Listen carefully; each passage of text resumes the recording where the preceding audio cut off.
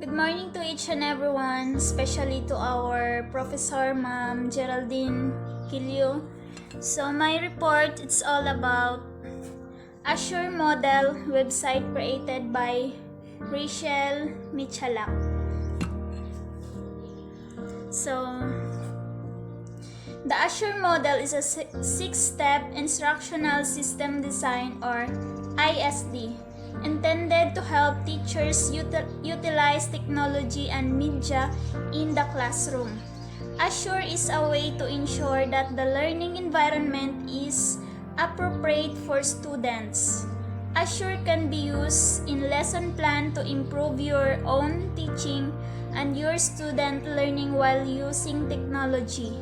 The Azure acronym stands for these important components. So, Azure Model, it is the technology that can help to our teacher, our student on how to improve the teaching, the learning of the students. So as of now, many school use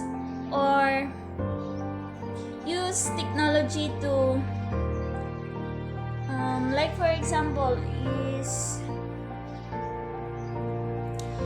today during the pandemic, so all of the student, teachers, and other companies use technology on how they are going to teach, on how they are going to learn something. So this is the Azure stands for Analyze Learners, S, State Objectives, S, Select Instructional Methods, Media and Materials, U, Utilize Media and Materials, and R, Require Learner Participation, and E, Evaluate and Revise. So that's the meaning of Azure Model. Then why use it? By Robert M. Magni. So according to him, the Azure Model is a fantastic way to plan effective media, rich lesson. Azure is based on Robert Magni's events of instruction. The model is constructivism. Based in order, in other words, it is a framework that assumes passive learners will not learn at their best. Learners must be actively participating in their own learning, interacting with their environment and peers. Are you looking for a great instructional design model? This video may have your answer. After much research, I have chosen to use the Azure Instructional Design Model for my interactive learning module. The Azure model contains 6 essential elements as seen in this graphic. The first step in the Azure model is to analyze your learners. This is when you gather all the information you can about the students in your classroom. This could be the demographics, general characteristics, or learning styles of your students. The second step of the Azure model is to state your objectives. They should be specific and very measurable. Students should understand what these objectives are at the beginning of the unit so that they know what is expected of them until the end. The third step of the Azure model is to select media and materials. These may be materials that are already available. You can also modify existing materials or design new ones to help you complete your unit. The next step is to utilize the media and materials chosen in the last step. Instructors should preview the materials, prepare the learning environment, and provide instruction. The next step is to actually require learner performance or participation. Learners should practice what they have learned. They should actively be involved with the materials and media you selected. Formative assessment should be given. Students should work in small groups, and feedback should be given by the instructor before any type of final evaluation is administered. The final step of the Assure model is to evaluate and revise. This is when you ask yourself, what went well, what didn't go so well, what would I change if I could do it again? So why choose the Assure model? One reason I love it is because it puts an emphasis on thorough learner analysis right at the beginning. Another reason I love it is because of the material selection and development process. You can use things that are already out there. The last thing I like about it is that it requires teacher feedback throughout the process. In my interactive learning module, 4th graders will be learning about a famous Missourian. I believe learning styles will have an impact on my instructional design as I worked through the analysis step of the Assure model. As I select media and materials, I hope to find some first-hand sources, videos, and possibly some web-based applications that my students can use to create a timeline of their famous Missourian's life.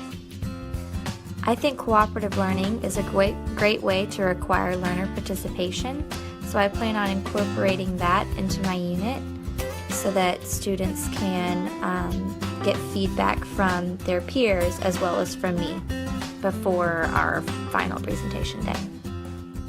These are just a couple of sources that I found if you're interested in learning more about the Assure instructional design model. Thanks for watching my video.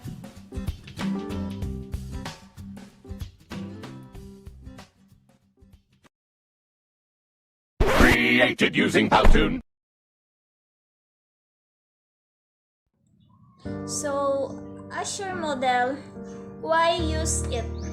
So, through technology, we can participate, we can socialize through the technology. So, step by step. Starting with the first step, analyze learners. It is essential to first think about your student and their general characteristic, academic levels, skills, and styles.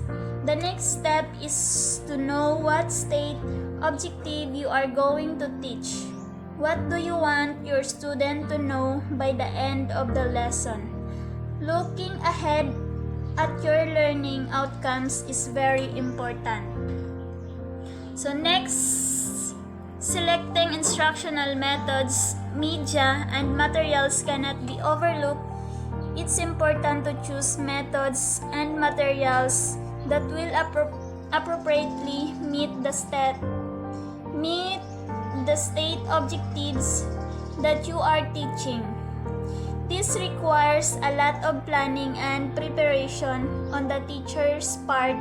Materials also need to be bought or borrowed ahead of time, which requires preparation. So, utilizing this media and materials comes next. It is very important to preview or use media and materials before your lesson, especially when using technology, smartboard, documents, camera, streaming video to make sure everything works appropriately. So, wala na tayong hanapin through technology because we can work without face-to-face, without so that's all. Requiring learners to participate is also an essential part of any lesson. Requiring that student be actively involved in the lesson will not only engage students but will help them retain what they are learning. Some ways to do this are to incorporate cooperate learning structure, questioning, having discussion, or creating fun hands-on activities. So, explanatory naman siya.